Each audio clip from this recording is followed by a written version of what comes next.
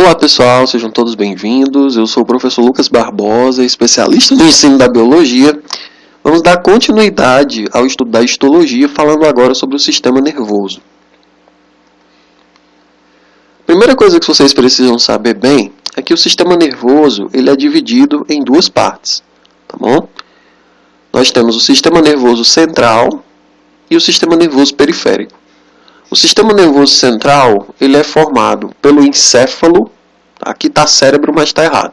O correto seria encéfalo e a medula espinhal. Gravem isso, o sistema nervoso central é formado pelo encéfalo e pela medula espinhal. Já o sistema nervoso periférico é formado por gânglios e nervos, tá bom? Não esqueçam disso. Sistema nervoso central, encéfalo e medula espinhal. Sistema nervoso periférico, gânglios e nervos.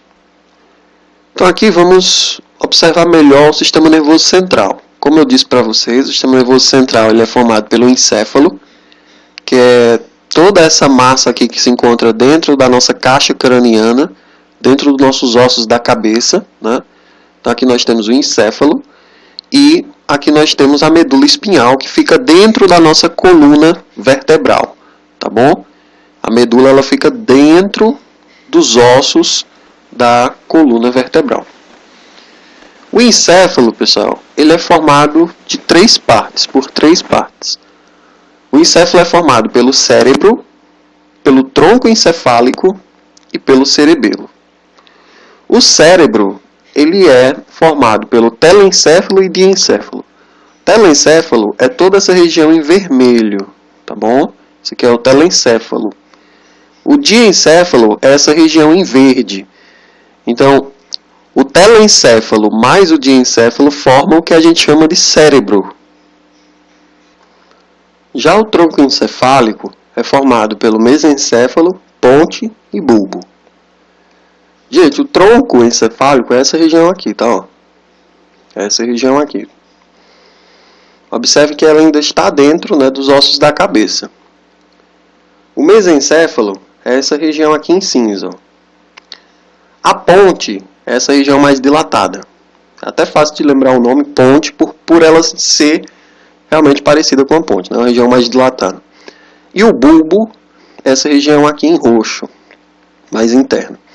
O conjunto de mesencéfalo, ponte e bulbo é chamado, né, de tronco encefálico. Nós temos também ainda como parte do encéfalo o cerebelo. O cerebelo é essa região em marrom aqui, ó.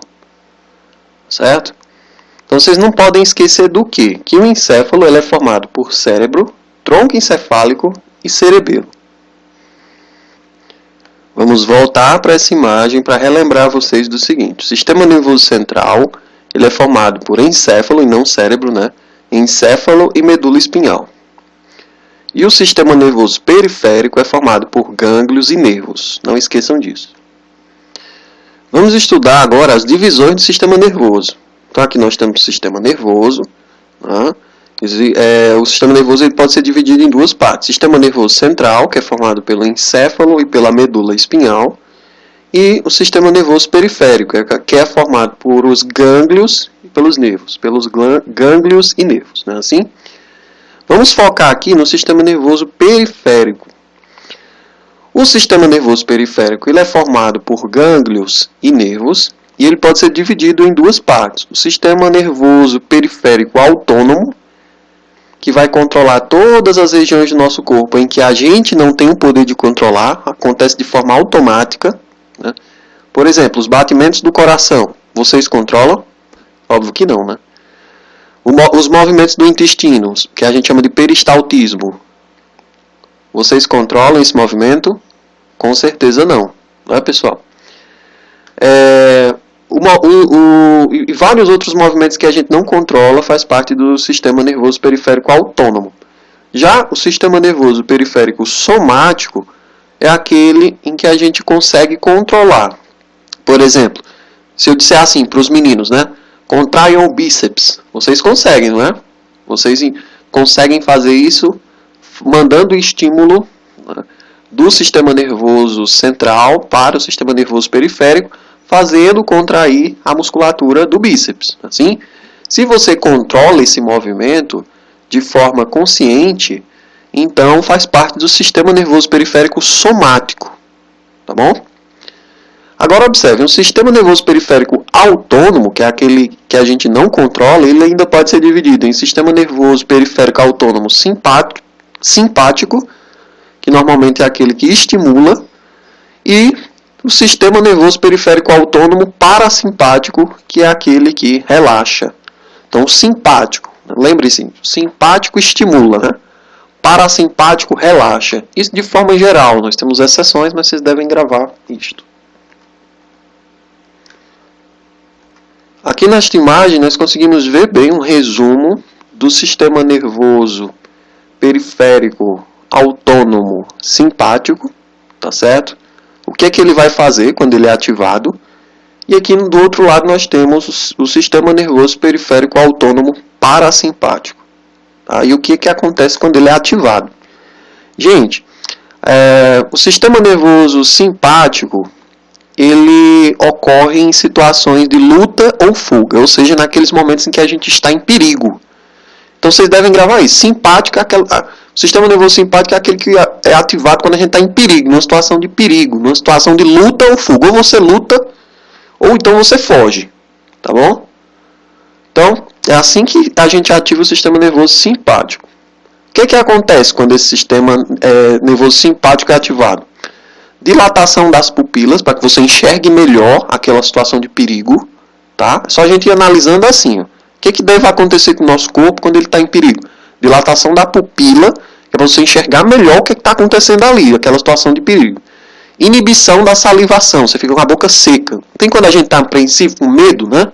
Com medo daquela situação perigosa. A primeira coisa que acontece é que a gente fica logo com a boca seca. Isso é o sistema nervoso simpático agindo. Relaxamento dos brônquios, ou seja, vai entrar mais ar nos pulmões, tá bom?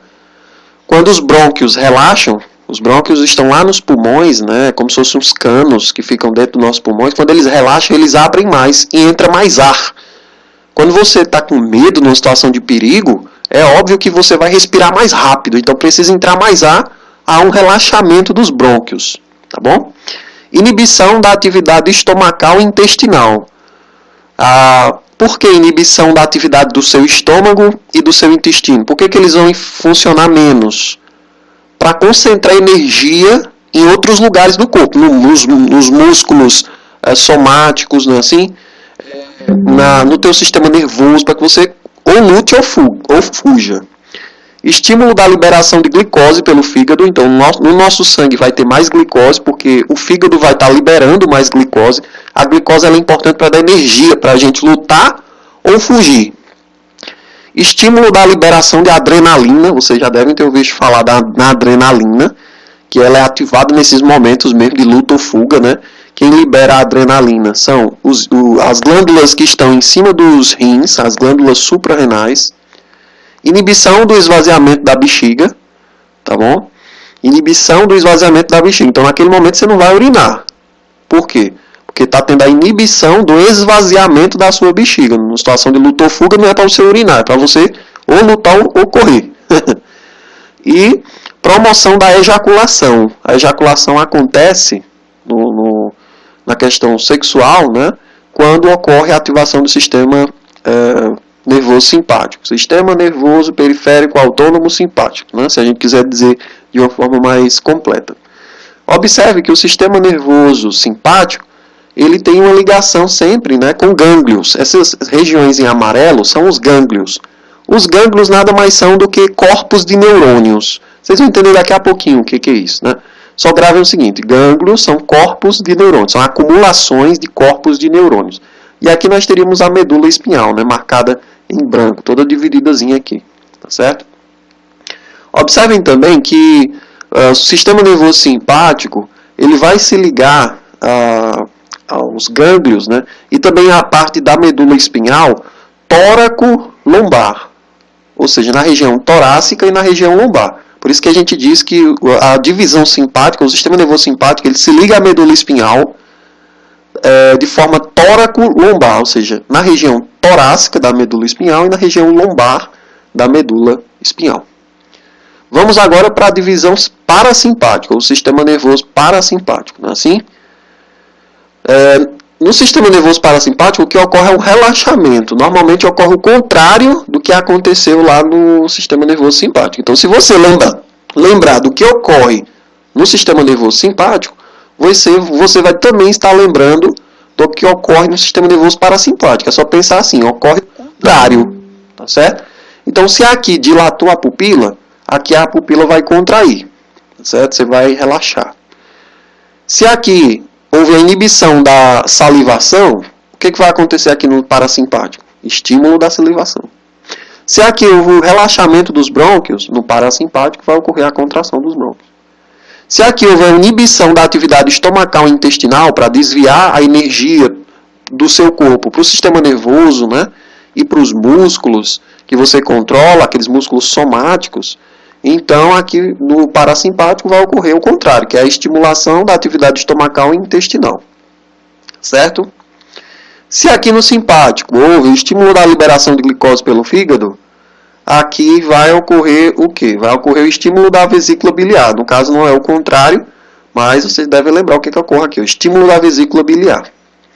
Se aqui no simpático houve o estímulo da liberação de adrenalina, no parasimpático vai ocorrer a inibição da produção de adrenalina. Você vai ficar mais tranquilo. A gente sabe que a adrenalina, quando está na nossa corrente sanguínea, a gente fica agitado, a gente fica esperto, o coração acelerado, a pressão arterial aumenta, que é para você ficar naquela situação de luta ou você luta ou você foge no sistema nervoso simpático, não é assim? Se aqui no simpático houve a inibição do esvaziamento da bexiga, para você não urinar, no parasimpático ocorre a promoção do esvaziamento da bexiga, que é para você urinar, certo? E aqui no sistema nervoso parasimpático ocorre também o relaxamento do reto, que é para que ocorra a defecação, né? Então, vocês devem lembrar isso. Basicamente, o sistema nervoso simpático ele é ativado nos momentos de luta ou fuga, e o sistema nervoso parasimpático ele é ativado nos momentos de maior tranquilidade, relaxamento do corpo, tá bom? Isso, óbvio, de uma forma geral. Existem exceções. Então, vamos voltar aqui, para que vocês não confundam e entendam perfeitamente. O sistema nervoso ele é dividido em sistema nervoso central, que é formado pelo encéfalo e pela medula espinhal, e pelo sistema nervoso periférico, que é formado por gânglios e nervos. O sistema nervoso periférico ele pode ser dividido em sistema nervoso periférico autônomo, que é aquele que a gente não controla os movimentos, e sistema nervoso periférico somático, que é aquele que a gente controla os movimentos. Tá bom? O sistema nervoso periférico autônomo, que é aquele que a gente não controla os movimentos, como por exemplo os batimentos do coração, o movimento do intestino, né? Ele pode ser dividido em simpático, que é ativado nos momentos de luta ou fuga, e sistema nervoso periférico autônomo parasimpático, que é aquele que é ativado nos momentos de relaxamento, normalmente. Bom, agora vamos entender melhor um pouco da histologia, né? Começar a entrar um pouquinho na histologia. Gente, imagina, aqui tem um corte de um encéfalo, né? Não pegou a região do cerebelo, mas pegou aqui a região do cérebro. Observem que dentro do nosso encéfalo nós temos uma cor branca e uma cor mais cinza. A gente chama essa região branca de substância branca. E essa região mais escura, que fica na periferia aqui, ó, ou cinza, uma coloração cinza ou uma coloração marrom, né, claro. Na realidade é cinza, tá? Por isso que a gente chama de substância cinza ou substância cinzenta. Já na medula espinhal ocorre o contrário. Olha só, a substância branca ela fica na periferia, na região mais externa, e a substância cinzenta ela vai ficar na região mais interna. Gravem isso, vocês não podem esquecer. Ó, a substância no encéfalo, né? No cérebro, a substância branca fica na parte de dentro, na parte mais interna, e a substância cinzenta fica na parte mais externa, na região periférica dessa estrutura, né? Assim? Já na medula ocorre o contrário. A substância branca fica na região mais externa, na região mais periférica, e a substância cinzenta fica na região interna.